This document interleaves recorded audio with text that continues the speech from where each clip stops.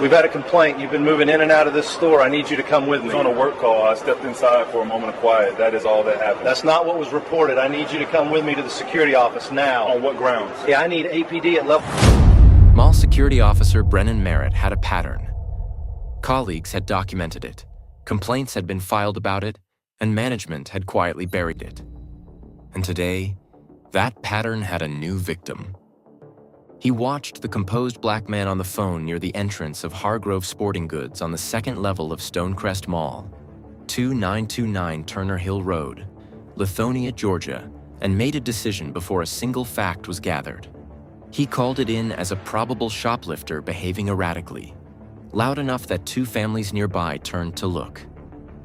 What Brennan Merritt never considered was that the man he just publicly humiliated had spent 22 years inside courtrooms, usually sitting at the highest chair in the room. Before we go further, what city or country are you watching from? Drop it in the comments. We love seeing where you're tuning in from over at Deep Truth. If you believe that a title and a badge should never be used to humiliate the innocent, hit the like button and subscribe to Deep Truth. It was a Saturday in October, the kind Atlanta does quietly.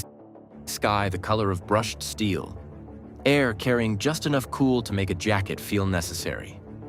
Stonecrest Mall was alive the way it always is on weekends.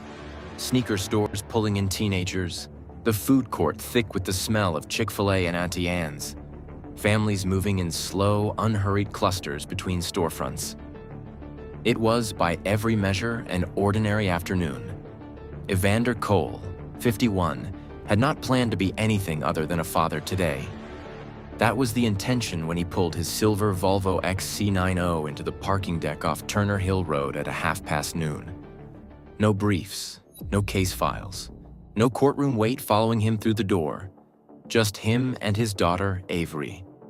14 years old, sharp-eyed, and already developing her father's quiet intensity.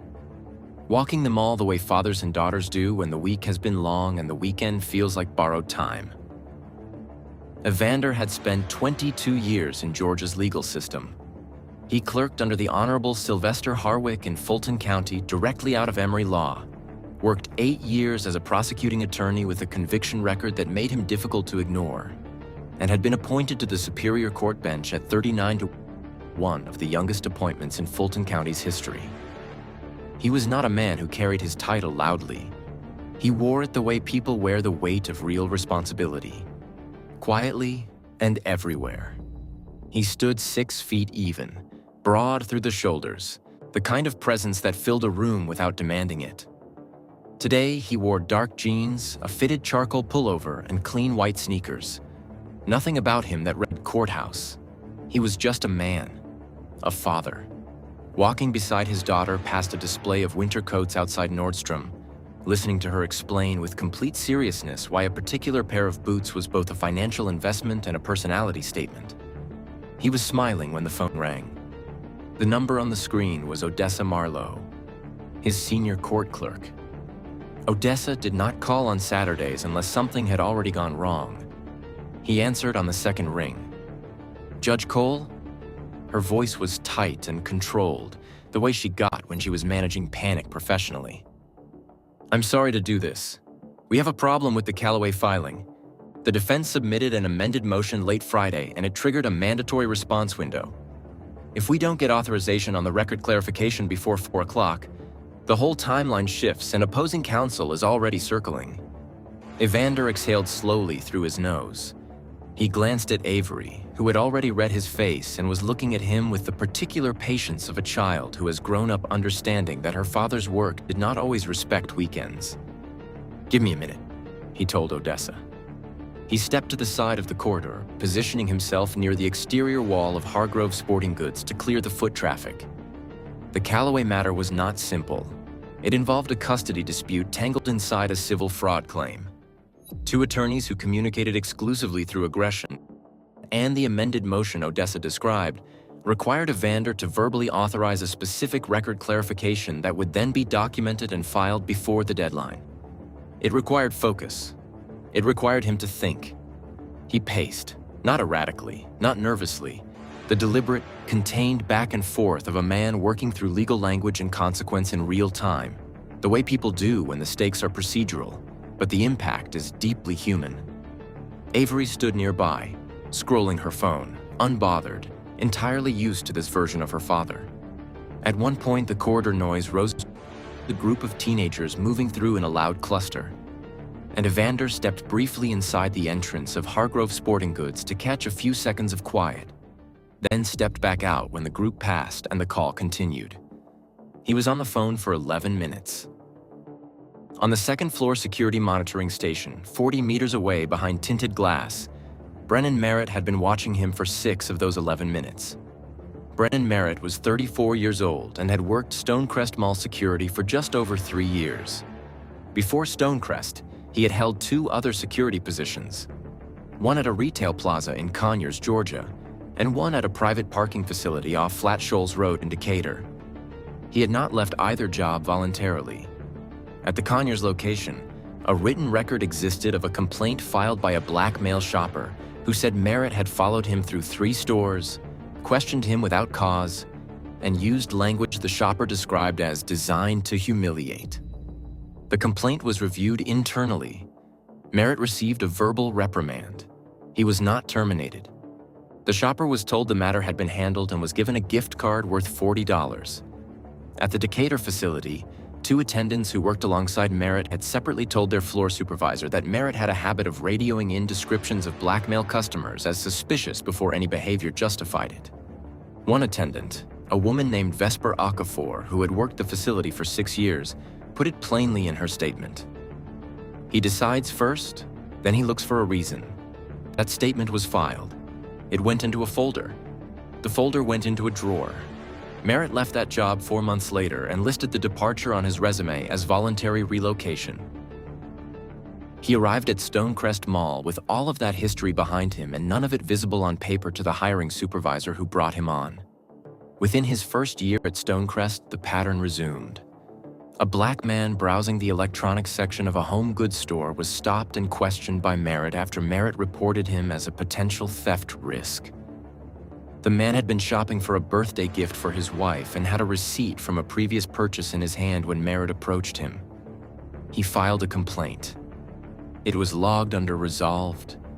No policy violation confirmed by Merritt's direct supervisor, Cyrus Fenley, a floor manager who had been in the role for 11 years and had developed the particular exhaustion of someone who had stopped expecting things to change. 8 months after that, a second complaint arrived. This time from a black college student who said Merritt had stopped him outside a shoe store, demanded to see his bag, and told him he matched the description of someone who had been flagging the system. A description that, when the student pressed for details, Merritt could not produce. The student recorded the last 40 seconds of the interaction on his phone and posted it. The video got 3,000 views before it disappeared from the algorithm. The complaint was filed internally. Fenley reviewed it. He called Merritt into a meeting, told him verbally to be more careful about how situations are approached, and sent him back to the floor. Nothing was documented from that meeting. That decision, to say the words and not write them down, would become one of the most expensive management choices in the mall's history. Merritt walked out of Fenley's office that afternoon and returned to the monitoring station like the conversation had never happened. Which is exactly where he was on this particular Saturday in October, sitting in front of a wall of screens, watching a composed black man in a charcoal pullover pace near the entrance of Hargrove Sporting Goods and talk seriously on a phone. 6 minutes of watching. That was all it took. Merritt did not zoom in to see the phone in the man's hand. He did not send someone down to observe the situation more closely before acting. He did not wait to see if any actual behavior occurred that warranted a response. He had already made the decision the way he always made it, before the evidence arrived. Because for Merritt, the evidence was never really the point. He picked up his radio. "I've got a male on level 2 outside Hargrove. Black male, mid-50s, dark pullover. Been moving in and out of the storefront, looks erratic. Possible shoplifter, possible disturbance. Can we get eyes and a response?" The word erratic was doing a lot of work in that sentence, because nothing Evander Cole had done in those 6 minutes was erratic. He had paced the way professionals pace when they are thinking through something difficult. He had stepped inside a store briefly and stepped back out. He had stood in a corridor and done his job. That was the entirety of it.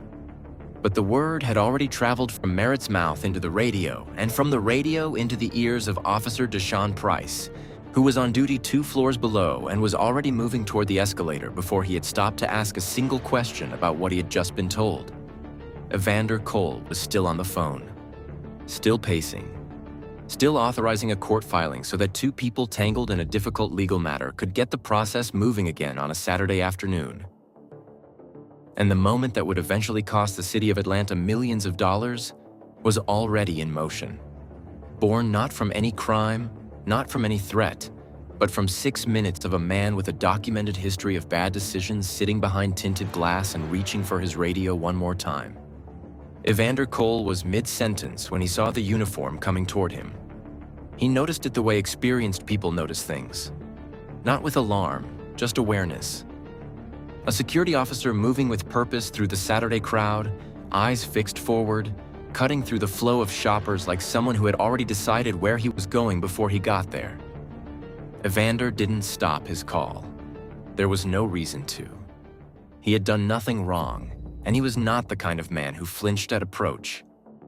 He wrapped up his instruction to Odessa in 2 clean sentences, told her he would call back to confirm, and lowered the phone just as Officer Deshaun Price reached him. Price was 29 years old and had been working Stonecrest Mall security for 14 months. He wasn't a bad person. He wasn't looking for trouble. But he had been handed a radio description that used the word erratic, and that word had already shaped what he was walking toward before he arrived. That is how bias travels through systems, not always through malice. Sometimes through one person's assumption passed down a radio frequency and landing in the ears of someone who never stopped to question it. Price stopped 4 feet from Evander and held up one hand. "Sir, I need you to end the call." Evander looked at him. Steady, calm. He held up one finger. Professional, not dismissive. Spoke 2 final words into the phone and ended the call. Then he gave the officer his full attention. "Is there a problem?" Evander asked. "We received a report about someone matching your description acting suspiciously outside this store. I need to ask you some questions and get some identification." Evander stood still for a moment, not out of defiance, out of the specific, practiced composure of a man who has lived long enough in his skin to know that how he responds in the next 60 seconds matters more than whether any of this is fair. "I wasn't acting suspiciously," he said, keeping his voice level. "I was on a work call. I stepped inside briefly to find a quieter space and stepped back out when I could hear clearly again. That is everything that happened here." Price nodded. Not in agreement, but in the way people nod when they are waiting for someone to finish so they can continue with what they already planned to say. "I still need to see some ID, sir." Evander reached into his pocket and produced his wallet without hesitation. He handed over his driver's license and waited. Avery had looked up from her phone. She was standing 6 feet away, watching her father hand his identification to a security officer in the middle of a crowded mall corridor. She was 14 years old, and she understood exactly what she was seeing. Price took the license, radioed something back to the monitoring station in a low voice, and waited for a response. Then he looked up at Evander and made the mistake that turned an unnecessary encounter into a public incident. "Sir, I'm going to need you to come with me to the security office while we sort this out." The corridor was not empty. Shoppers were passing in both directions. A woman with a stroller had slowed down. 2 teenage boys near the storefront entrance had stopped pretending to look at their phones. Everyone in the immediate area was now watching a well-dressed black man being directed toward a security office for reasons none of them had been given. Evander did not raise his voice. "Am I being detained?" he asked. The question landed with the particular weight it carries when someone who understands the law asks it to someone enforcing it without a clear legal basis. It is not an aggressive question. It is a precise one. And precision, in moments like this, is its own form of power. Price hesitated. A visible hesitation that lasted only a second but said more than a paragraph would. "I'm asking you to come voluntarily so we can resolve this." "On what grounds?" Evander asked. "I have broken no law. I have violated no policy. I showed you my identification and answered your questions. What specifically am I being accused of? That question required an answer Price did not have. What he had was a radio call, a word, erratic, and a supervisor watching from behind tinted glass who had set all of this in motion before a single observable fact had been gathered.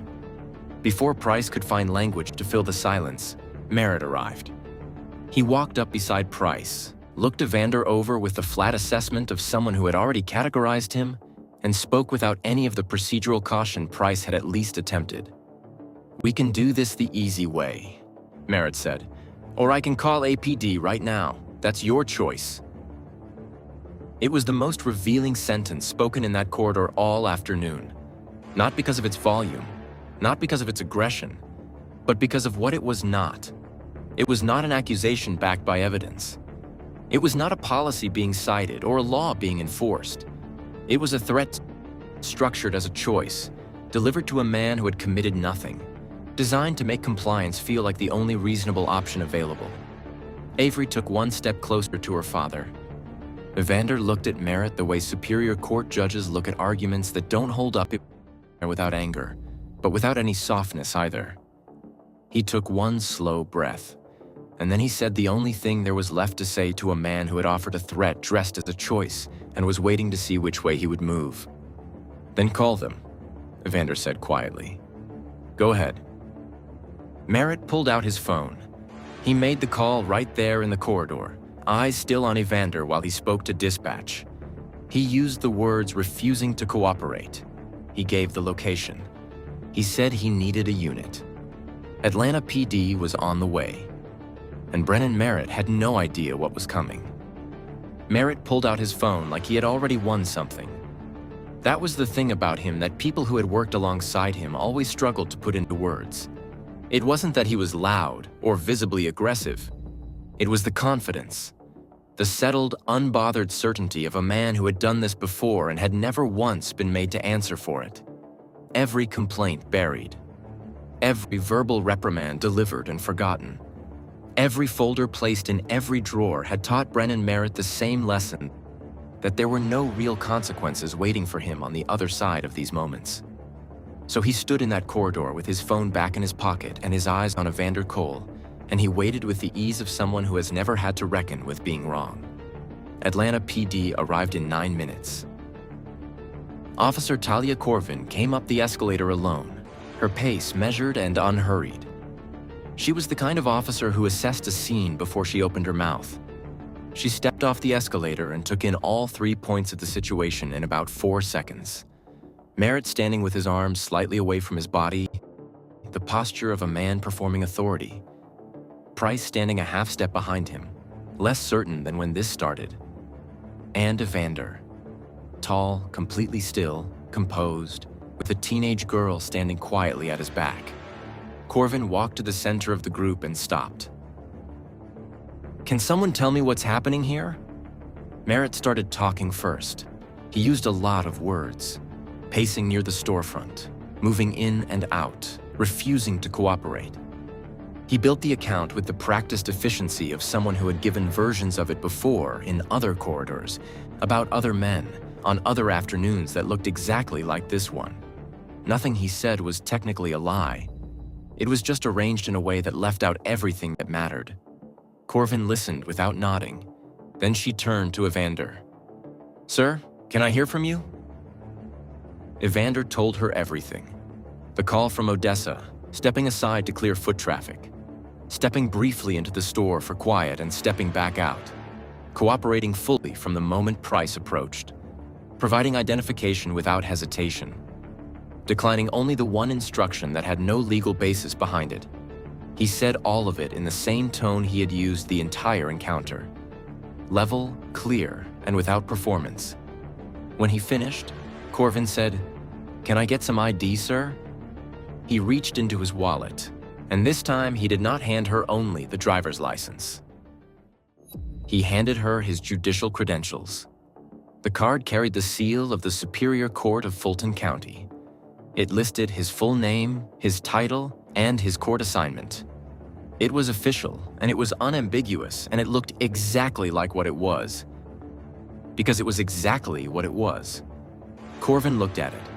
She read it once, then she read it again. Not because she hadn't understood it the first time, but because the mind sometimes needs a second pass when reality arrives in a form it wasn't prepared for. She looked up. Judge Cole. Not a question, recognition. And with those two words, the entire temperature of that corridor changed instantly. Merritt stopped shifting his weight. Price went very still. The shoppers who had gathered at the edges of the scene didn't move, but something in the way they were standing changed. Corvin returned the credential carefully with both hands. I apologize for the inconvenience, Your Honor. She meant it, every word of it. Evander accepted it with a single nod. Then he looked at Merritt. Merritt was staring past Evander's shoulder at nothing in particular. The specific direction a person looks when they are trying to appear composed while quietly unraveling. The certainty that had been sitting on him since he came down from the monitoring station was gone, and everyone standing in that corridor could feel its absence. Evander straightened his pullover. He turned to Avery, placed one hand briefly on her shoulder, and said two words. Let's go. And they walked away, unhurried, unbothered on the outside. While behind them, Officer Corvin turned slowly toward Merritt with an expression that needed no translation. Someone was going to have to answer for this. Evander Cole did not post about it on social media. He did not call a press conference. He did not speak to a single journalist that weekend. He went home, made dinner with his daughter, and on Monday morning he walked into the Fulton County Superior Court building on Pryor Street the same way he always did. Early, quiet, and prepared. But he did call his attorney. By Tuesday, a formal complaint had been filed against Stonecrest Mall's security department, naming Brennan Merritt specifically and citing the two previously buried complaints against him as part of a documented pattern of racially motivated targeting. The complaint didn't arrive quietly. It arrived with 22 years of legal precision behind it, drafted by a man who understood exactly which language carries weight and exactly where to place it. The mall's parent management company retained outside counsel within 48 hours. That was the first sign they understood the size of what was coming. The second sign was when they pulled the security footage. The footage showed everything. Evander pacing calmly on a phone call, stepping briefly into Hargrove Sporting Goods and stepping back out. Avery standing nearby, unbothered, scrolling her phone. There was nothing on that tape that justified a single radio call, let alone a police response. And the footage of Merritt. The way he carried himself coming down from the monitoring station, the way he stood, the words he used loud enough for bystanders to hear. It told its own story without any narration needed. Merritt was suspended within the week. Pending investigation, the statement read. He never returned to that post. Cyrus Fenley, the floor manager who had verbally cautioned Merritt once and never written a single word of it down, was placed on administrative review. That undocumented conversation became one of the most expensive informal decisions in the mall's operational history. Because in a courtroom, what isn't written down doesn't protect you. It exposes you. And Fenley was about to learn that lesson in the most costly way possible. The civil suit was filed 6 weeks after the incident. It named the mall's management company, the security contractor, and Merritt personally. It cited racial discrimination, unlawful detainment, emotional distress, and the specific harm caused to a minor who had witnessed the entire encounter. That last point, Avery, carried significant weight in the filing. She had not been a bystander in the legal sense. She was a 14-year-old child who had stood in a public corridor and watched her father be treated as a threat, and the law has specific and serious language for that kind of damage. The case never went to trial. 14 months after that Saturday in October, the mall's management company settled. The figure was not disclosed publicly, but 3 separate sources familiar with the terms used the same word when asked about the number. Millions. Merritt's personal legal costs were not covered by the settlement. He handled those alone. The security contractor that had employed him quietly dissolved its contract with Stonecrest Mall 4 months after the suit was filed and restructured under a different name. Cyrus Fenley retired early. The word voluntary appeared in the internal announcement. Nobody who had been there pushed back on it. And Avery Cole, who had stood in that corridor without speaking a single word and filed everything away in that quiet and permanent way of hers, sat across from her father one evening not long after the settlement and asked him something he said he wasn't fully prepared for. "Did you know it was going to end like that when you told them to call the police?" Evander was quiet for a moment. The kind of quiet that isn't empty, that is full of everything a person has carried for a long time without putting it into words. Then he looked at his daughter and said what he knew to be true. "I knew the truth was on my side. That was always going to be enough." That is the part no surveillance camera captured. The conversation that happened after. The lesson a daughter carried forward about what it means to stand completely still in the middle of injustice and trust what you know to be true. Because power doesn't always announce itself. Sometimes it just waits. If this story made you think, made you feel, or made you see something differently, share it with someone who needs to hear it. Justice only travels as far as the people willing to carry it. This has been Deep Truth. We'll see you in the next one.